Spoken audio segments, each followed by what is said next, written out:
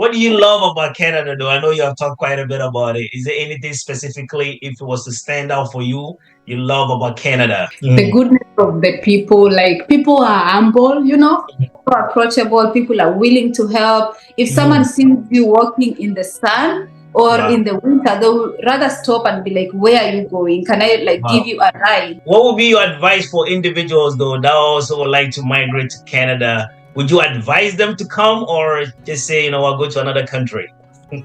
Please come. And yeah. Here is a country full of opportunities. It's just upon you to tap to those opportunities. Just that. Just come. When you come here, just be open-minded. Everything you want, like you've dreamed of, you can achieve.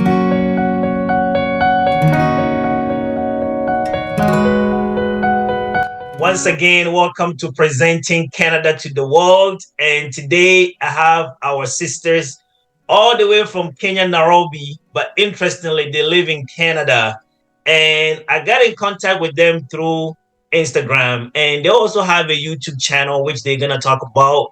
They're both professionals working in Canada, and their story is amazing. So make sure you watch the entire video to hear the whole story they're going to tell you. So before we continue, I would like you guys to introduce yourself. So we have Omazi and also Benika.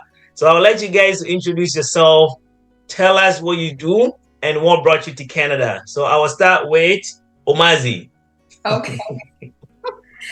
Okay, yeah, I go by the name of Omazi, and currently I work with public health programs. I have a background in clinical medicine. For those who are watching from Kenya, they will understand clinical medicine because we have a program there called clinical medicine. So I have a background in that. And then I moved to public health world. So I did a bachelor's in public health, a master's as well in public health. And at the moment, I have diverted a little bit to mental health. So I'm currently enrolled in Yorkville, doing my master's in arts and counseling psychology. And I'm also working with a mental health program for children between the age of 6 to 12, which is funded by Public Health Canada. Wow. Amazing. And Benika, what about you? What is your story? So my name is Benika Eunice, and I'm a registered nurse from Kenya. And I also did Bachelor of Arts in Kenya, Bachelor of Arts in Psychology in Kenya, just before I planned to move to Canada. So I want to further and be a psychotherapist. Okay. But on the side, nothing is like something you are born into. So I want to be a psychotherapist and a registered nurse. I won't leave any of those. Wow. Yeah, so me. Wow. That's amazing. It's just so wonderful to see our sisters coming to Canada and transitioning so well. So then I guess the question, Omazi, for you was, what was the thinking process and why Canada in particular? Why did you choose Canada? The thinking process, if I'm to be honest, was to move from Africa and look for a better future for myself, because I think I had reached a point where I felt like I'm at a comfort zone, but I still need to put outside, like I need to expose myself to another challenge and, take a risk and grow.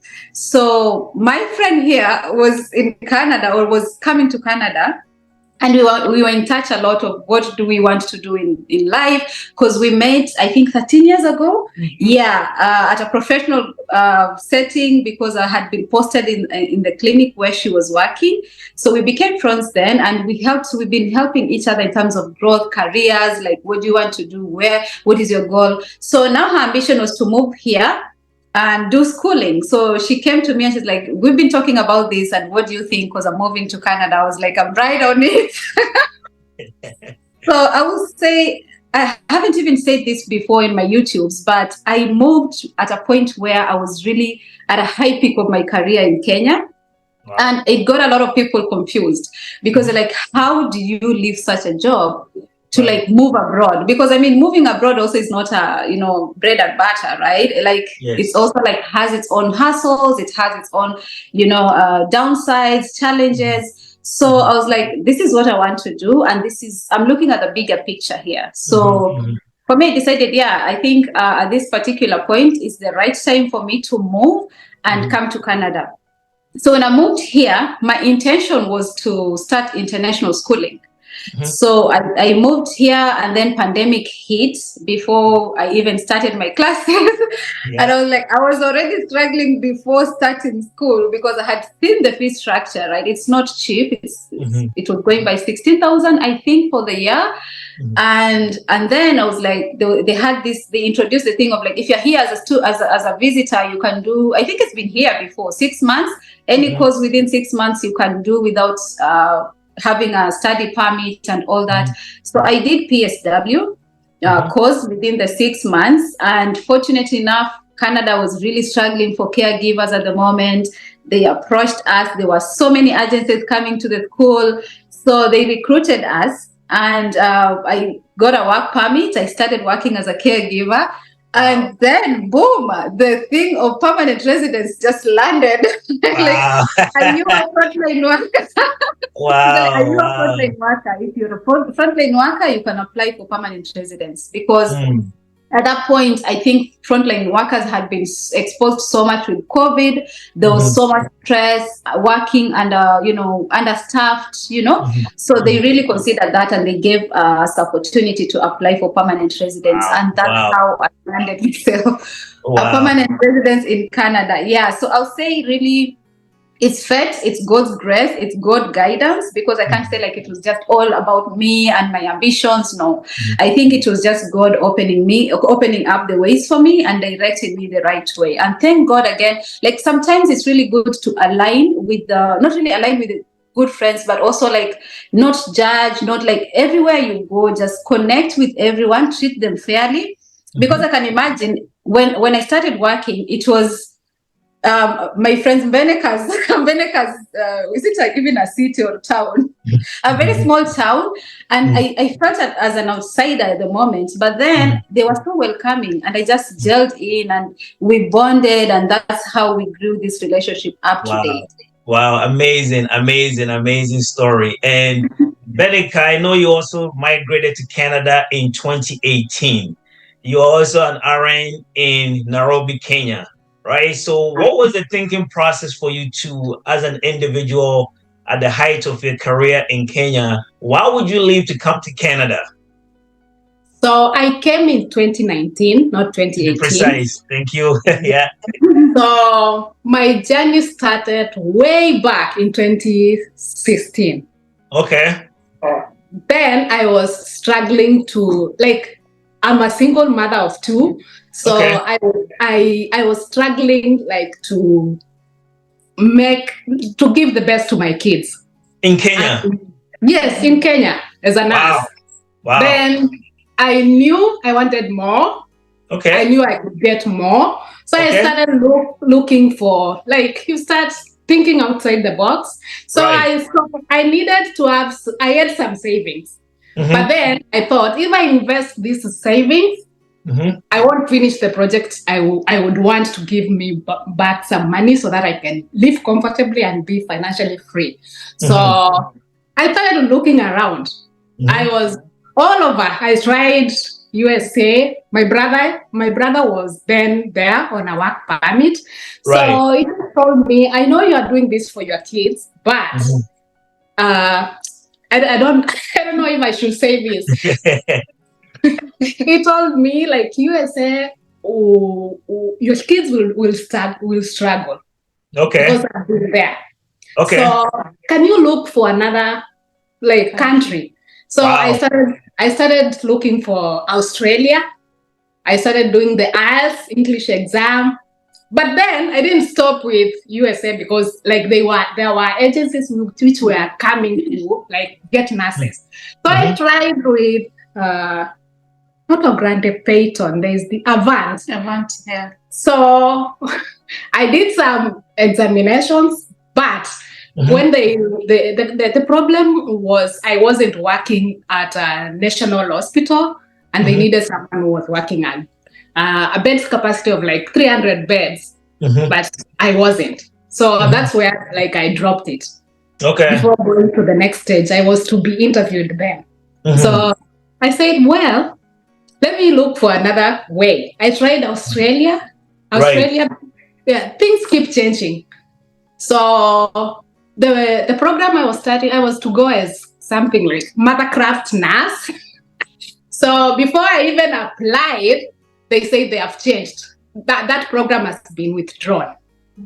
So I had to drop that. So as I was doing my IELTS exam, I had met with another nurse. So she told me, we can try Canada.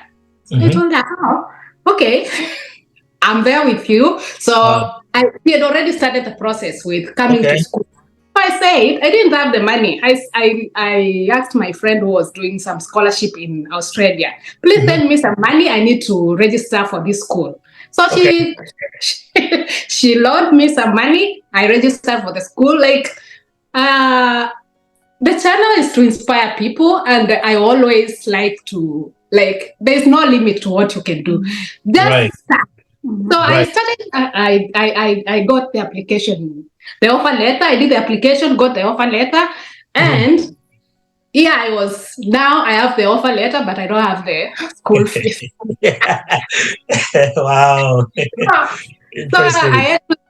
So I start again, and I said, now I have some savings in, we call them credit unions. Yeah. Right. Tacos. I don't know how you call them in Ghana. Okay. So the amount of savings you have can be multiplied 3 times. Right. Yeah, then you can pay back bit by bit. Okay. So that's what I did. Wow. But before I could even, I got the approval of my loan, but before I knew it, word had gone that she is planning to leave. So I had some guarantors for my loan.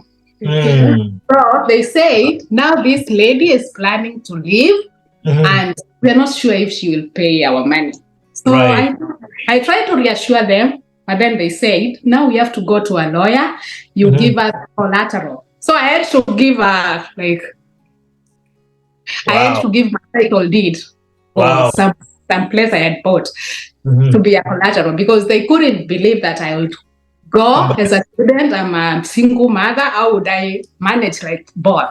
Right. So I gave the collateral and I got the loan. The loan was to pay for the first year in college. So I paid it in all and say, the rest, like I will also. People have been there, they've done that. So we need to do that. Wow. So that's how I started. Came to Canada? I came to Canada because I knew I wanted more. I wouldn't settle. And here I am. I'm enjoying the food. Excellent. I went through school. I did NCLEX. I got my job. I enjoy it. Now the next step is being a psychotherapist. So Wow. This is just an amazing stories. And I know, Benika, you came through the Niagara College, right? As a nurse. Yes. Right. And the Unica, which college, university did you come to Canada with? Sorry? Which college for Unica? Omazi, sorry. For Omazi. So I was also coming through Niagara College. Niagara College, okay. Yeah, but when I came and, the school fees was a lot for me as well as Benika is saying. So I was just in between there. So for me, I had not even paid the school fees for Niagara. Yeah, I had not started. I had not paid. So I came and I stayed for, I think, about a month, just figuring out, because I was like, yes, I have landed. For me, I was just looking at an exit. I need to go. I will figure out, I will work, I will do whatever. So yes, I had some savings, but it wasn't even enough to pay like the first semester, because it's like 2 semesters, and the first semester you need to pay about $8,000. Right. So I stayed for about a month. I applied to defer the course, and within those, because I came in September, And then by October, we already had like, ish rumors, the pandemic had started, but we were not on lockdown. So, and then I saw a school, a private school that was offering the PSW at a parent. Yes. So then I applied for that because they were offering like half virtual, and you don't have to go to class every day. Right. So I took that opportunity and I applied for that private school. Wow. Offering the PSW course, to be specific. So I did that because even PSW was not the course I wanted to come and do. Right, right. Yeah, I came to learn about PSW when I was in Canada. In Canada, amazing. Yes, I didn't know about it when I was in Kenya. So then I enrolled for the PSW, and then that's how now I progress as I mentioned. All right. So now the question becomes: you have transitioned from Kenya, which is a different continent, and now you are in North America, specifically in Canada. How was the first year for you guys in terms of transition, the culture, the food, and what was it all about Canada, your first impression? Any one of you guys can start. So for me, weather, I was excited because it's winter. I've never seen winter. Wow. At our place, we just have 2 seasons. It's either rainy or sunny season. So I was like excited to see that. But then, because I had to use bus to go to school, then orienting yourself to where you should position yourself, the bus stop. So that you can go, you don't miss the bus. It was frustrating because you would stay in Niagara Falls, the bus like every 30 minutes. Right. So if you miss one, you have to stand there for like another half hour. It's you are stressed, and you get to experience the when your hands freeze. It gets so painful. That was the bit I was like, but I knew if people have been here and done this, I'll be okay. So it was good. But how were the people though? How was the people itself though? The individuals you encountered? Very welcoming, very nice with my accent. I really fit in. I said maybe this is where God wanted me to be because I didn't feel out of place. It was easy to integrate, I would say. Wow. What about you, Omazi? What was your experience based on the culture, food, weather, anything else you can add? I think for me, I'll say I got a little bit of a soft landing because Benika was here before me and I knew her. So when I came, I arrived in Toronto I stayed in Toronto for 2 weeks. There's another friend of ours who is in Toronto before now. I came and joined Benika in Niagara. So it was a bit of a soft landing. I came, she would cook the food, she had stocked Kenyan food. So it was like not so hard in terms of like adapting to food and everything. But in terms of like people, it was really like overwhelming, in a good way, because I had the situation of like anxiety, like how will people treat me? How do I go to an office? Like the way in Africa, if you go to an office and knock, you have to know somebody or else like you'll be given 100 tons of attitude. So I was like so scared. And remember, like for me, I was changing a whole plan for myself. Okay. So I had a lot of anxiety every time I would step out of my house. Wow. So in Canada, having anxiety in Canada. Wow. How do I go and how do I start asking for a job in a restaurant? Like would they even listen to me? And Benika was there to cheer me on, like just go. You don't need to know anyone here. So I would write my resumes and everything and drop them, go to McDonald's, go to Tim Hortons, go to Hilton's hotel. And I remember this manager was like, she just came and somebody was like, oh, wait, I called the manager. I was like, oh my God, look, so now I have to meet a manager. Like this white guy, like when you're in Africa, the perception of a white person, like no offense. So, and he was just like so nice and welcoming and listening. I'm like, oh my God. So this is not as bad as I was thinking. So I think that for me is a game changer. And people are so approachable. People are willing to help. If someone sees you walking in the sun or in the winter, they will rather stop and be like, where are you going? Can I give you a ride? Mm-hmm. I know a lot of, like, most of the time I would be like, no, like, this guy is just about to attack me right now. But like, they're just like willing to help and support you, especially like if they know you are new. They really Right. want to welcome and feel you. They want you to make feel at home. And I can say even like today, like at my my current workplace. Sorry, my manager is very supportive. Like every time she will check on me and like, Esther, are you sure you're okay? Do you want me to call the team and like we just like come to Wow. the office same Wow. time? So I don't want you to feel like you're isolated. I want you to feel part of the team. And I feel like that is a really good culture for Wow. Canadians, because they don't make you feel like an outsider. Yeah. So I'll say I've had a good experience. And I mean, here and there are a few things that you won't miss, but I'll say on bigger, if I look at it on a larger scale, I Wow. think Canada is a good country. Wow. That's Yeah. just an amazing. And I mean, you have come here. How was the schooling system for you guys, though? I know it might be a slight variation between Canada and Kenya. How was the school system, though, for you guys? The schooling I would system. The schooling system, it's just at home.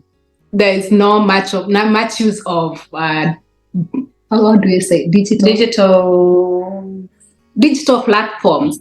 Okay. But we usually write a lot at back home. But I don't know what we were using Blackboard. So Right.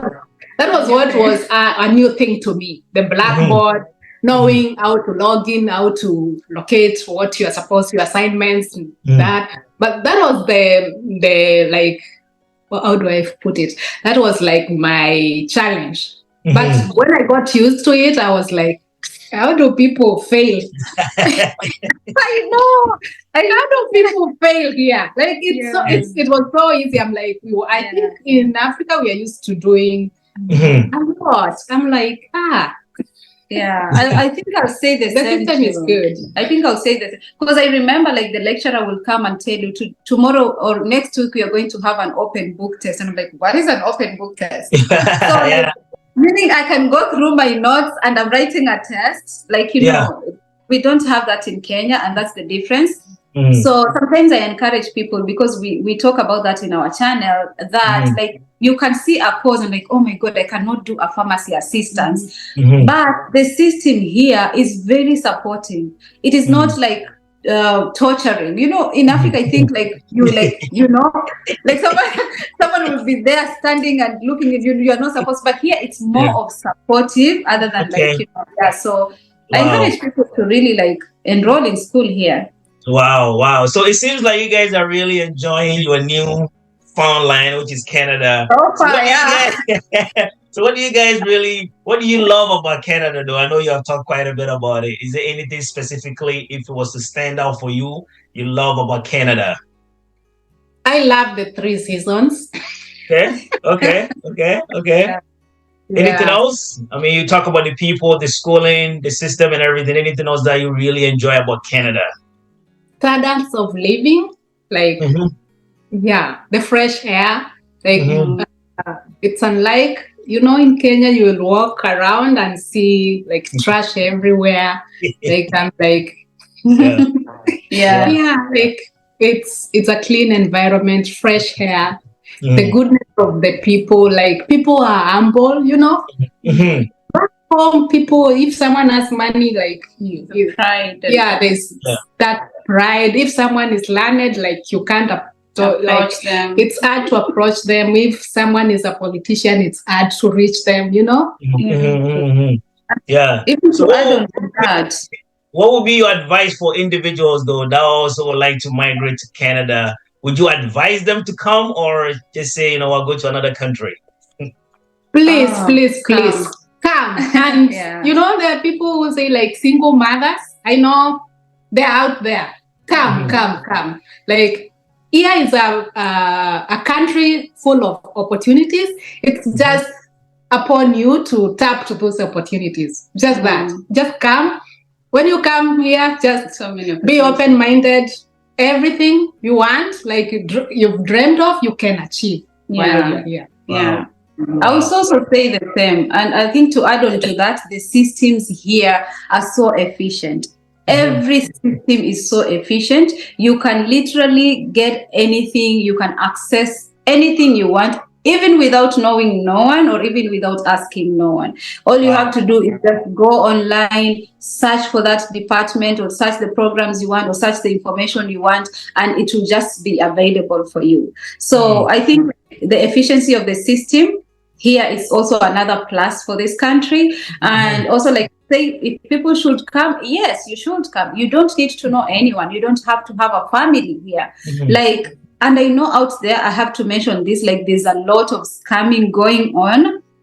Because a lot of people now, they know that Canada needs people, Canada needs workers. So they've been scamming a lot of people, and it's so unfortunate, like, you know, to take advantage of someone who is really trying to change their future, you know. So I say, yes, come to Canada, but also be vigilant on who you approach, on the system that you use to come to Canada. Excellent. And speaking of, scammings and other people trying to come to Canada, what are some of the best options out there in terms of individuals liking to come to Canada? Is it an express entry? Is it through schooling? What would be your advice for the audience if they would like to come here? What is the best pathway to come to this promised land? If I talk of the best pathway, it really depends on what is fit for you. Okay. Like, yeah, because someone's best pathway could be school. And I would say school is very straightforward. School is very fast. School has a lot of system in place. Like, when you come, you know straight on, this is the first step I'll take, this is the next one, this is the third one. So, like, it's a very straightforward. But again, on the downside of it, it's very expensive. Like, it needs you to have the funds to do schooling, right? International schooling. So that's only, like, but it's really a good way to come, especially for healthcare workers. It's like the best way to come. The other way is express entry. Express entry also is another, like, straightforward best pathway to come to Canada, because you are landing here on an open work visa, and within 6 months you are eligible for a permanent residence. So especially under the federal skilled workers, right now Canada is really, really looking for federal skilled workers. So all you need to do is just go to IRCC website, go to express entry under federal skilled workers, upload your documents. Now, again, the downside of that, it's not free. Like, you have to do medicals, you have to do English test, you have to do education assessment, your credentials have to be assessed. All that is money. And then there's application fee. And then now you have to wait for the draws. So another thing that people need to understand is Canada processes, they need a lot of patience. Be patient and trust the process. As long as you're following the right channel, then you're good to go. But I said right now, the best ways is federal skilled workers and students. Wow. And I know you guys are both inside the professional now. In terms of your professional career now, how is the working environment for you, though? I know you touch a little bit on it, right? But how is the actual working profession and the people and even the skill set that you bring to the table? Are you guys feel any discrimination, or you feel more integrated and supporting, as you were mentioning before? How is the working environment? The working environment is integrative, but this is it's relative, because like, if you go and you have that attitude, like, people are like against you, you'll find the work environment toxic, and you will be like cursing. And if you're a person who likes to nag, complain, you have to, like, take your time, learn how the systems go. Because like, if I joined healthcare as a full-time RN, so like, there was that orientation period which took like 6 weeks. Then thereafter you can request more, and there is in the hospital you have 3 months to be with your preceptor too, and you can ask for extension. So I find like it's integrated, but you have to also be proactive. True. What about you, Omazi?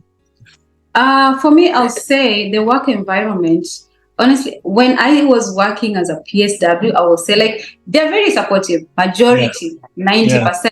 But again, you won't miss those 10%. And I remember there were some instances where you would feel really somebody is treating you in a certain way just because of your color. And it's not a secret, it's out there. But again, it's your attitude that you approach with these people, how you handle yourself out there. Like, don't feel like you are the minority. Like, yes, you are the minority, but again, go there with confidence. You have the right. You are also a worker, like they are a worker there. You are an employee as they are an employee there, and you have your rights. So again, know your rights. If somebody is treating you like unfairly, you have the right to report that. Excellent. If you feel like someone is discriminating you, you have the right to report that to the right authority. So don't like feel don't like take it all and say, oh, I don't have like, I can't report this because they will see like, or I will lose my job. No. Every employee has the right and know your rights. When I talk of like now, I can't complain. My current workplace, the environment is very supportive. Even before I joined my current, I was working with another program. Again, I cannot complain about it. Like, they were very welcoming. They were just treating everyone fairly, but it doesn't matter whether you're black, you're white, like everyone was treated fairly. So, excellent. And there were a lot of trainings as well in terms of like discrimination and racism. There's a lot of training going on, so you learn a lot, and you also get to understand your rights, and you'll get to like pick those like racist movements, so you can easily pick and say, okay, this was not right. But I can't complain. The work environment is very good. Excellent. And what will be your last word to the audience now that we are bringing this video to an end? I'll say first, thank you for watching. Actually, like, you never know how many people you reached out there until you start getting your feedback. So people start reaching out to you. So I'll say thank you for supporting our small channel. And thank you, Kwabena, for hosting us here today. And like anyone with any questions, feel free to reach us on our YouTube channel, on our Instagram handle. What is it called? What is your channel called? Benika Omazi. The channel itself. Daring in North America. Daring in North America. So, Daring in North America. Search for Daring in North America and you'll find us. Make comments, like leave comments on the videos. If you have any questions, then we'll reach out to you. Thank you so much, sisters, for your time. It was very wonderful.